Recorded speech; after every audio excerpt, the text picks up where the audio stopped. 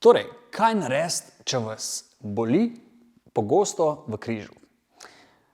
Ne glede na to, imate išias, a vas boli po nogah dol, ritnicah, križ, ledveni del, imam za vas en položaj, ki je izjemno primeren položaj, da si vsakdo od vas najde točko, kjer ga ne boli. Torej, kaj želimo in kaj jaz želim, da vi dosežete s tem položajem? Želim, da pridete do točke, ko vas ne boli skoraj nič ali nič. Kajti namreč, mi lahko začnemo z vami in pa z uspešno rehabilitacijo šele takrat, ko najprej pridete do točke, ko vas ne boli. In s tem pol štartate naprej in boste delali vaje, ki vam jih bom pokazal v naslednjem koraku. Torej, ta temelj, ta položaj počitka, kot mu jaz rečem, je ključnega pomena. Zato si dobro pogledajte to izvedbo. Namreč, gre se takole dol na kolena, kot sem pokazal v prejšnjih korakih. Uporabite izpadni korak ali kakšnega od tistih gibalnih vzorcev, ki smo se ga naučili izvajati. Potem pa po rokah takole dol in pojdite tako, da ste sproščeni,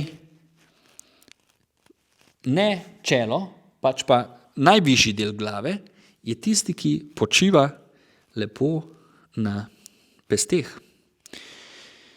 Lahko imate tudi dlan, lahko imate pest, komolci so lahko široko ali pa so lahko malček bolj skupaj. Potem zadnjica.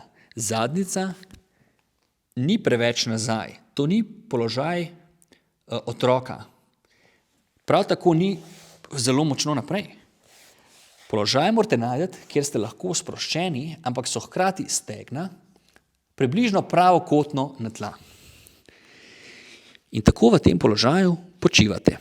Poskušajte najti takole komolce, malček bolj narazen ali bolj skupaj, da vas ne bo bolel vrat, torej nekateri od vas bo lahko bolel vrat, takrat samo probajte malo komolce bolj skupaj ali pa bodite si bolj narazen, pa malček bolj sproste ramenske mišice. Potem pa v tem položaju počivate toliko časa, dokler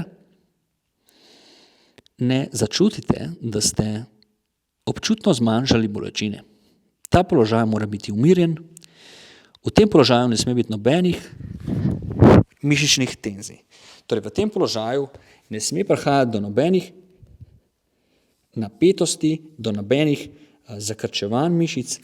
Preprosto morate dovoliti, da trebušček pade dol proti tlem. Zelo preprosto. Dihajte globoko, torej v tem položaju boste toliko časa, dokler boste začutili, da iz zakrčenega stanja preidete v čisto sproščeno stanje. Popek naj lepo pada proti tlem, naj pada dol. Če vam bo kaj nekomfortno, pojdite malček z zadnjico nazaj ali pa malček za zadnjico naprej. Tako da poiščete svojo sladko, nebolečo točko. Iz te točke bomo štartali naprej v vaje. Evo, to je to o položaju počitka.